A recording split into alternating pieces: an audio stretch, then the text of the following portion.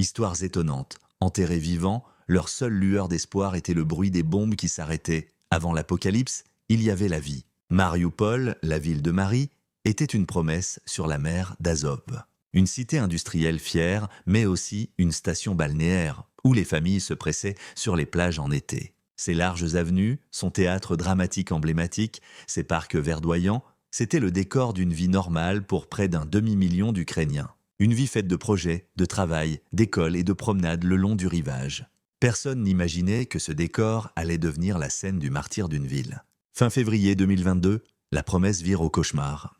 Les premières sirènes d'alerte aérienne sont un choc, mais l'espoir persiste.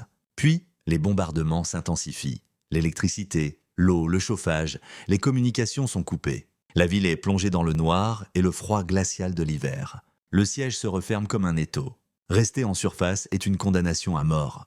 Pour des dizaines de milliers de personnes, la seule échappatoire est vers le bas. Dans les caves humides des immeubles d'habitation, dans les abris anti-aériens datant de l'URSS, dans le dédale souterrain des usines Azovstal et Illich. La descente devient l'unique instinct de survie.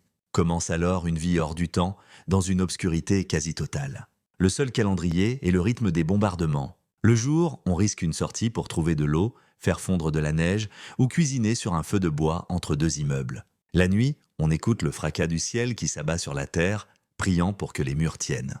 Le plafond fait pleuvoir une fine poussière de béton à chaque impact. Dans cette promiscuité forcée, l'humanité révèle ses plus beaux et ses plus sombres aspects. On partage le peu que l'on a, on se serre les coudes. Mais la faim, la soif et la maladie usent les corps et les esprits. Les enfants, privés de lumière et de jeu, apprennent à reconnaître le sifflement des différents types d'obus. Au cœur de l'enfer, l'usine Azovstal devient une forteresse et son labyrinthe souterrain une ville sous la ville.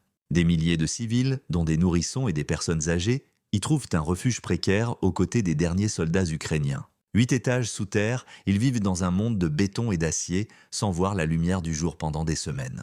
Les réserves s'épuisent. Les blessés sont soignés dans des conditions effroyables.